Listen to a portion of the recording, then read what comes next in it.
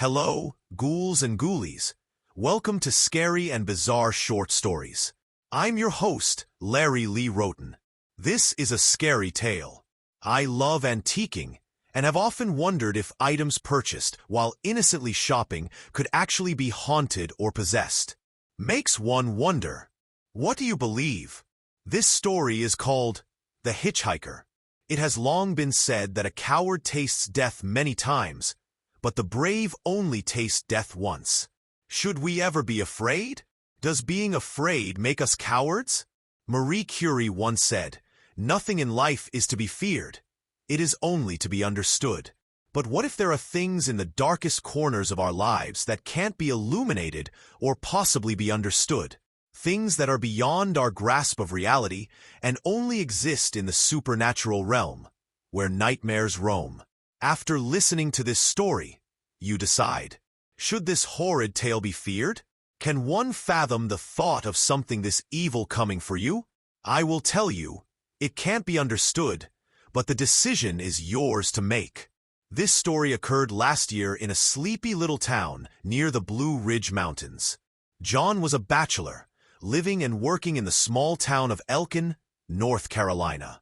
He lived in a large apartment only minutes from work. John's life was almost perfect. Good job, friends, and a lovely girlfriend. John always looked forward to his weekends with Mary.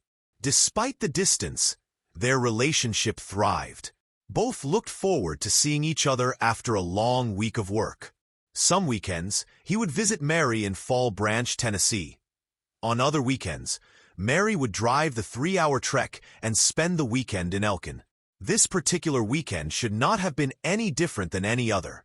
But little did they know it would be life-changing. Mary was coming to Elkin, and John was planning a wonderful encounter. On Saturday, they were going antiquing, searching for old forgotten treasures of a bygone era. What could possibly go wrong? Saturday morning, John and Mary picked me up. My wife and I were always on the prowl for antiques. We owned an old home, and decorating it with unique finds was right up our alley. So, off we set. After hitting several antique shops, we discovered a shop on the corner of a busy street. John commented that he'd traveled the road often and never noticed the quaint shop. We pulled into the parking lot and started exploring. We'd been there for 15 minutes when John pointed to an old chair. Its legs were ornate, matching the wood carvings on the arms. It was a wonderful chair, and the upholstery seemed perfect. A luxurious tapestry of rich colors and patterns that spoke of a bygone era. John was delighted, calling for Mary to come and have a look. Mary took one look and backed away from the chair immediately, her face revealing signs of unease and fear. "There's something not right about this chair," she said, her voice quivering with an unusual sound of nervousness. "It has a history, a terrible history. Something evil dwells within this chair." John frowned, puzzled by her reaction. "What do you mean? It's just a chair, a beautiful one at that." Mary shook her head, her eyes never leaving the piece of furniture. "I've read about things like this. Sometimes objects hold on to the past, memories, emotions, even wickedness." We laughed. Mary had always had a sixth sense about certain things, and it seemed she was always right. But I had never seen her so adamant about something so simple as a chair. Yes, it was beautiful, but what could possibly be evil about a chair? Intrigued by Mary's conviction, John decided to investigate further. He and I approached the antique dealer, a wrinkled older man with a sinister smile. "Ah, the chair," he said, his voice raspy yet pleasant. "That's a hitchhiker's chair. It's rare, and only a few are known to exist. I got this one at an estate sale. Apparently, it had been abandoned by its previous owners." "What's a hitchhiker's chair?" John asked. The dealer leaned in, lowering his voice to a low whisper. "Legend has it that the chair was made by a homeless man hitchhiking through the area. A reclusive rich man offered him a handsome sum of money if he would build the chair. The rich man was known for his dark interests, dabbling in things better left untouched. The hitchhiker made the chair, but the reclusive rich man refused to pay him. This, of course, made the hitchhiker mad. And some say, or I should say the rumors are that the rich man mysteriously disappeared, and afterward, strange occurrences began to plague those who possessed the chair. Mary stood listening to the dealer's story. She urged John not to buy the chair, repeating her fears that something wasn't right about it. The shop owner laughed. Some say it was designed and created by a hitchhiker looking for a meal. Others say it's just a name given to it by a hitchhiker. I'm not really sure why they call it a hitchhiker's chair. But it's a beauty, and we all know that a chair can't be harmful. John listened intently, his excitement giving way to stories handed down through generations. "Do you really think a chair can hold such power?" he asked, turning to Mary. She nodded gravely. "I've learned to trust my instincts. Sometimes, it's better to leave the past where it belongs. John, this chair is evil." John purchased the chair and loaded it into the bed of his truck. Mary fought back the tears, not wanting to offend John. That night, things were calm and serene. Yet at precisely 3 o'clock in the morning, Mary's scream broke the serenity of the morning. Something was in the room, moving about in the darkness. John, startled by the scream, quickly turned on the bedside lamp. Searching the room, he found nothing unusual. He scanned every corner, searching under the bed, behind the curtains, and in the closet. He found nothing out of the ordinary, no sign of an intruder. "Mary, there's nothing here," he reassured her gently, attempting to calm her nerves. But Mary knew differently.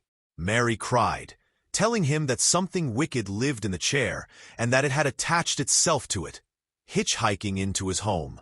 "John," she pleaded, "something dark and evil lives in that chair. You've got to get rid of it, or it will consume you."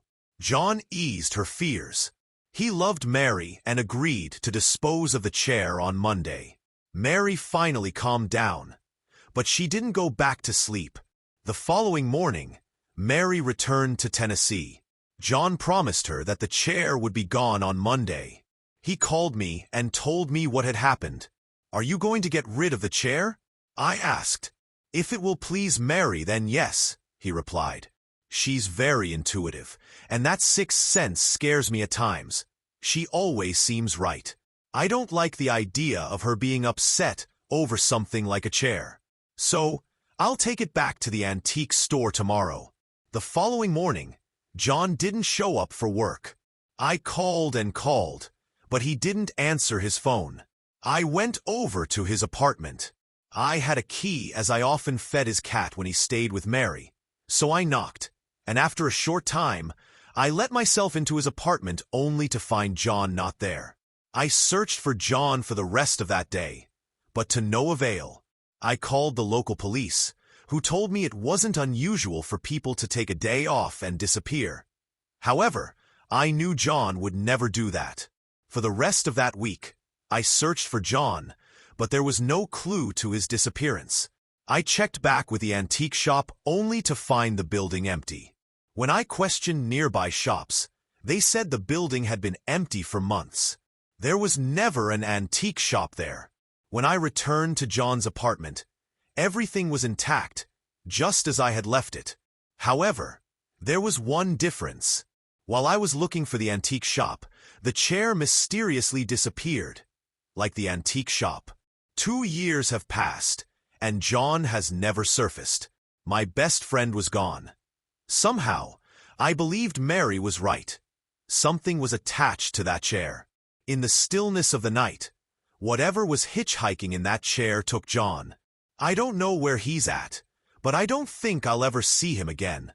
My wife Alice, Mary, and I continue searching antique shops for the mysterious chair. Maybe if we can find the chair, we can find John.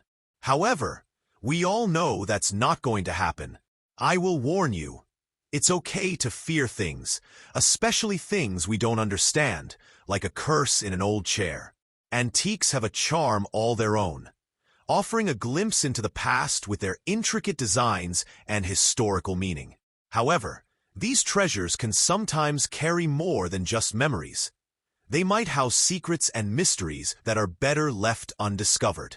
While the appeal of owning a piece of history is exciting, there are reasons why some antiques might be best left in the past. I hope you enjoyed this story. I guess my antiquing days are over. Oh my gosh, my old home is filled with antiques, items bought at antique stores. Now, I'm really scared. I just purchased an ornate chair from an antique shop. Oh well, if John shows up, I'll just send him to Elkin, North Carolina, where he belongs. Thank you for visiting Scary and Bizarre Short Story. If you would, please subscribe and give this story a thumbs up. I would appreciate it. As always, thank you for visiting my channel.